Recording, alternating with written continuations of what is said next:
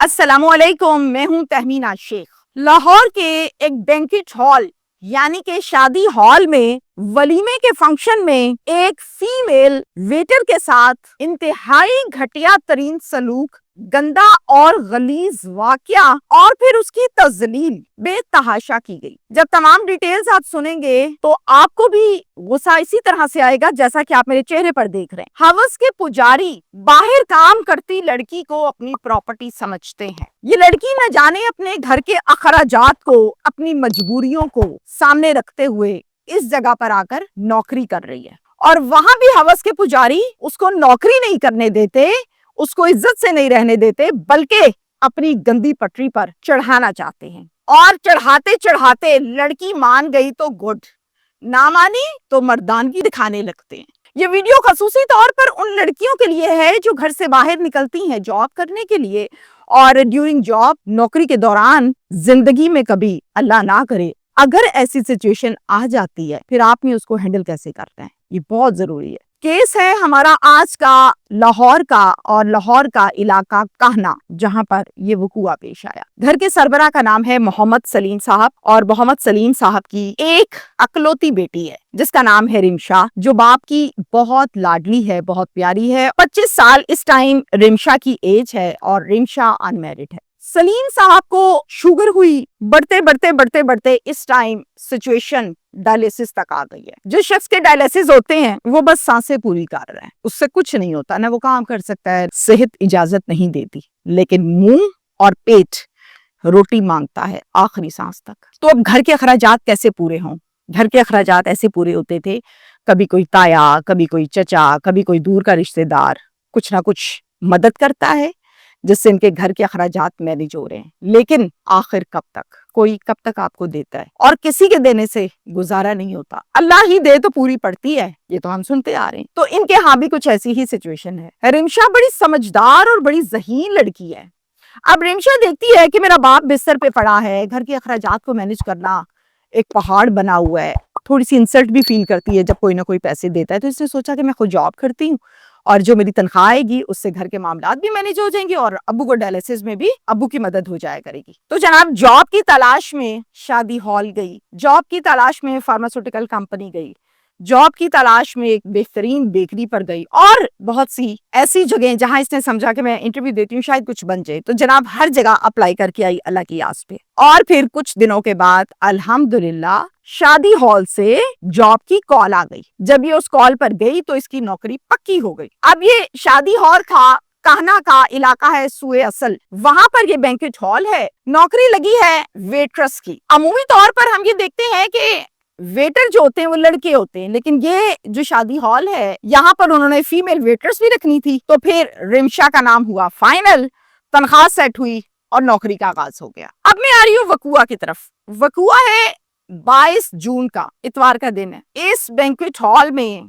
वलीमे का event fix किया गया है, और वलीमे के इवेंट की तैयारी हो रही है। डेकोरेशंस, मेहमानों ने आना है, एंट्रेंस कैसी रखनी है, वेटर कितने होने चाहिए, खाना कहाँ लगाना है, कि चेयर्स कितनी होनी चाहिए, ये तमाम चीजें हो रही है। फाइनल होता क्या है, मैनेजर इसी शादी हॉल के आते हैं, तैयारियां फाइनली देखते हैं, और फिर रिमशा को बुलाते हैं। रिमशा को इंस्ट्रक्शंस देते हैं कि रिमशा, जब खाना सर्व किया जाएगा तो खाना सर्व हमारे मेल वेटर करेंगे, जो लड़के हैं। ये तमाम मिलकर फीमेल वाली साइड पे भी और मेल वाली साइड पर भी खाना सर्व खुद करेंगे, टेबल पर लगाएंगे। लेकिन आपका काम ये है कि आपने अटेंटिवली चक्कर लगाते रहना है कि किसी टेबल पर पानी खत्म हो गया है, खाना खत्म हो गया है, कोई आइसक्रीम खत्म हो गई है, कोई टिश्यूज चाहिए, तो ये आपने खुद ध्यान रखना है। जहां जो चीज खत्म होगी वो आपने फौरन वेटर को बुलाना है और उनको प्रोवाइड करनी है। बस आपकी इतनी ड्यूटी है।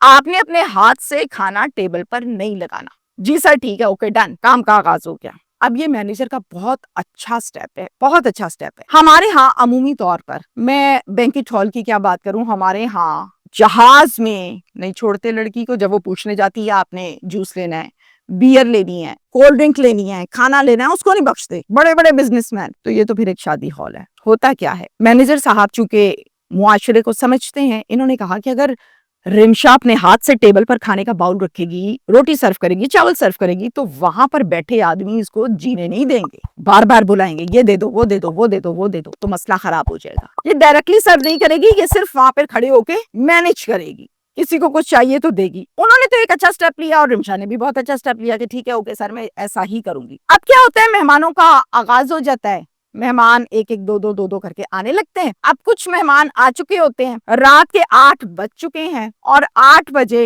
इस हॉल में जो देगें पकाने वाला है, जो देगें देने वाला है, जिसका नाम है अल्लाह वसाया, ये पूरे 8 बजे देगें लेकर आया और एक एक करके देगें हॉल में उतारी गई और पिछले रास्ते से किचन में लेकर गए, चूंकि वहां पर हल्की आंच पर देगों को रखा जाएगा ताकि खाना गर्म रहे और इतने में खाना लगाया जाएगा। ये सिचुएशन है वहां पे। अब होता कुछ इस तरह से है कि अल्लाह वसाया देगे रख रहा है और लगातार टिकटिकी बांधी हुई है रिमशा की जाने। रिमशा ने यूनिफॉर्म के मुताबिक पेंट कोट पहन रखा है, चेहरे पर मास्क लगा रखा है, बालों को अच्छे से सुलझाया हुआ है, परफ्यूम लगाया हुआ है, अपने प्रॉपर अंदाज में साफ सुथरी होकर खड़ी हुई है। जैसे ही अल्लाह वसाया जैसे गंदे लोग ऐसी लड़की को देखते हैं, इनके मुंह से राल टपकने लग जाती है। अल्लाह वसाया रिमशा खड़ी हुई है, दूसरे वेटर्स को बुला रहा है और कह क्या रहा है, घटिया आदमी, जरा सुने, मैं इसी की वेडिंग आपको सुनाती हूँ। पंजाबी में गुफ्तगू कर रहा है और कहता है ऐ कि तुसी आंटियां शादी हाल च रख लईयां ने, ओ मालकां नूं आखो जवान कुड़ियां भर्ती करन, जवान कुड़ियां रखन ਜਿਹੜੀ ਮੂੰਹ ਮੱਥੇ ਲੱਗਣ। ਇਹਨਾਂ ਨੇ ਤਾਂ ਮੂੰਹ ਤੇ ਮਾਸਕ ਲਾਇਆ,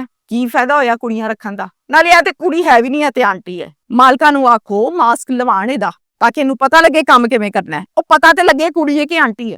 रिमशा सुनती जा रही है कि इनडायरेक्टली मेरी इंसल्ट कर रहा है। अब यहाँ पर पंजाबी का एक जुमला मैं तो शुरू से सुनती आई हूँ, आखा तीनू सुनावा नूनू, यानी बेटी को जलील करो और वो बातें करो जो बहू के खिलाफ है, तो बहू ने तो भाई चीख नहीं है, ये मुझे सुना रहे हो। ये जुमला यहाँ पर सेट होता है, कहावत। रिमशा को बहुत बुरा लगता है, वो वहां से फौरन सीधी जाती है मैनेजर साहब के कमरे में, ऑफिस में जाके कहती है, सर मैंने आपसे एक बात करनी है। कहते हैं हाँ जी बताओ। फिर ये एज इट इज इन्हीं वर्डिंग्स को, इन्हीं जुमलों को इसी तरह से मैनेजर साहब को बताती है। मैनेजर को बहुत गुस्सा आता है कि ये तो बड़ी गलत बात है। वो क्या करते हैं, वो बेल देते हैं और अपने पास अल्लाह वसाया को बुला लेते हैं। अल्लाह वसाया अंदर आता है, देगों वाला है, शलवार टंगी हुई है, गंदे कपड़े हैं, पेंडू जाहिल बदतमीज अंदर आ गया। आके कहते हैं जी सर। मैनेजर साहब कहते हैं धी भैन दी इज्जत करनी किसी ने नहीं सिखाई। कहता सर मैं करना, मैं तो कुछ नहीं किया, की होया दसो। कहता कोई हया कर, कोई शर्म कर, अपनी उम्र वेख ते अपनी हरकतां देख। कहता सर मैं तेनू कुछ किया ही नहीं है, झूठ बोलदी है, ए चाहती होनी है कि एदा मेरे नाल स्कैंडल बने। बाहर दी कुड़ियां इंज ही हुंदियां ने जड़ियां नौकरी करदियां ने।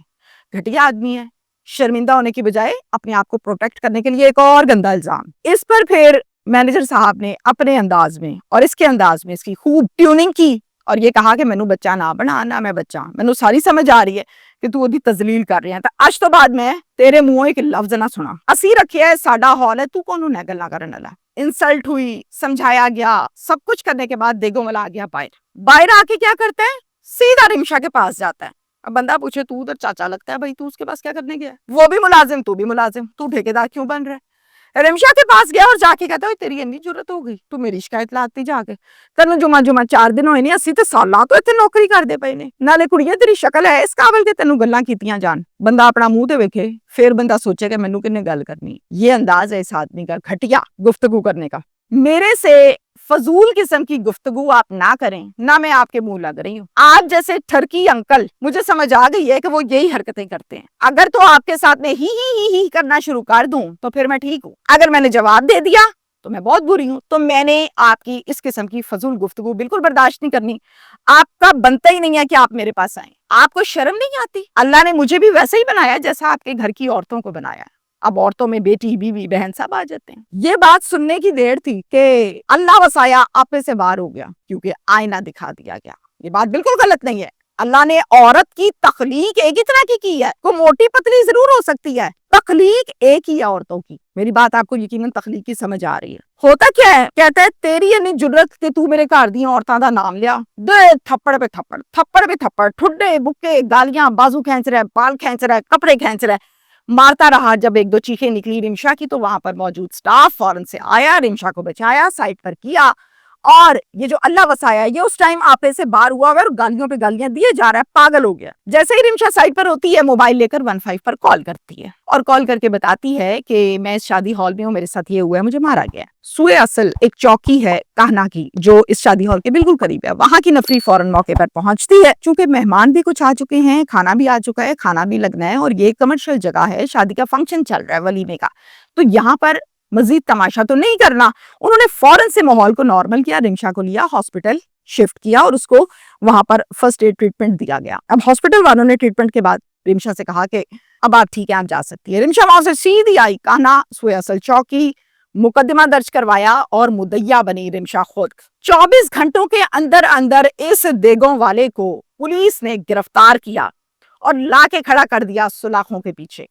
یہ تھا ہمارا آج کا کیس, جو میں نے آپ کو ویسے تو ڈیورنگ ویلاگ اور گفتگو کے دوران ہی ساتھ ساتھ چیزیں سمجھائیں. میسج آپ کو یہاں پر یہ دوں گی, ڈبل میننگ گفتگو یقین کریں ملٹائی نیشنل کمپنیز میں بھی ہوتی ہے, ڈبل میننگ گفتگو مالز میں بھی ہوتی ہے, وی آئی پی سٹنگز میں بھی ہوتی ہے. اس کا مطلب کیا ہوتا ہے, یا میں خوبصورت ہوں یا میں بدصورت ہوں. ڈبل میننگ کا یہ مطلب ہے نا, لڑکی سیٹ ہو گئی تو ہو گئی, نہ ہوئی تو اس کو گندا کر دیں گے, کیچڑ اچھال دیں گے اس کے اوپر, بات ختم, دیٹس اٹ.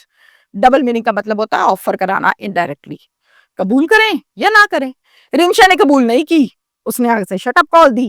تمام لڑکیوں کے لیے یہ میسج ہے, یقین کریں رزق اللہ تعالیٰ کی ذات دیتی ہے, بالکل ایسا نہیں ہے کہ آپ کو کمپرومائز کرنا پڑے اپنی عزت پر تو نوکری بچے گی. یقین کریں نہیں بچے گی. کب بچے گی, جب یقین آپ کا اللہ کے اوپر ہوگا, اور اس سے بڑی نوکری ہو سکتا ہے آپ کو مل جائے. تو اپنی عزت پہ کمپرومائز نہیں کرنا, ذلالت برداشت نہیں کرنی, فوراً شٹ اپ کال دینی ہے.